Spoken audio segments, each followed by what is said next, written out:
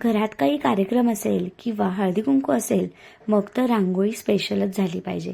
त्यामुळे आम्ही मस्त देवीची रांगोळी काढली आणि दरवाजासमोर खूप मोठी मोठी रांगोळी काढली. रांगोळी काढताना वेगळीच मज्जा येते. रांगोळी काढून झाल्यावर घर सजवायला लागलो. घर सजवताना देवासमोर आणि देवाच्या शेजारी आम्ही मस्त असं डेकोरेशन केलं. ते म्हणतात ना, आपल्या घरात एक मुलगी असावी जिला आईचे त्रास समजतात. काय करते आनंदी तू? साफ करतीये तू? कशी घासते दाखव घासून. मदत करतीये तू मला.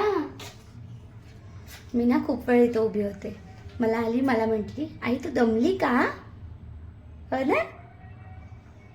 आणि मी ओटा घासत होते तर मला म्हटली मी घासू, मी हेल्प करू तुला. कोण म्हटलं? आनंदी म्हटली आईला तू ओटा घासू लागती मला. थँक्यू. नंतर केली बोरन्हाणची तयारी. आनंदी तर खूपच जाम खुश होती, कारण तिला समोर सगळे चॉकलेट्स आणि सगळ्या गोष्टी दिसत होत्या. तिला मज्जा येत होती. मग त्यानंतर तिला सुंदर असं तयार केलं, डेकोरेशन केलं आणि मग छान छान फोटोज काढले. फोटोज काढूपर्यंत सगळे लोक आले होते. मग तिचं छान औक्षण केलं. तिचे फोटोज काढून झाल्यावर तिला दागिने घातले आणि मग त्यानंतर आला बोरन्हाणचा टाईम. पण आम्हाला कुणाकडनंच बोरन्हाण करून नव्हतं घ्यायचं. आम्हाला आमच्याच हाताने आमच्या डोक्यावरती सगळे लाया, चुरमुरे आणि सगळ्या गोष्टी घालायच्या होत्या. मलाच माझी आंघोळ करू द्या ना असं म्हणून म्हणून तिने शेवटी स्वतःच्याच हाताने सगळ्या गोष्टी करून घेतल्या. मग आता काय करणार, तिला करून द्याव्या लागल्या. ठीक आहे, आता त्यातच तिचा आनंद होता, त्यामुळे ठीक आहे, छान वाटतं तिला तसं बघून.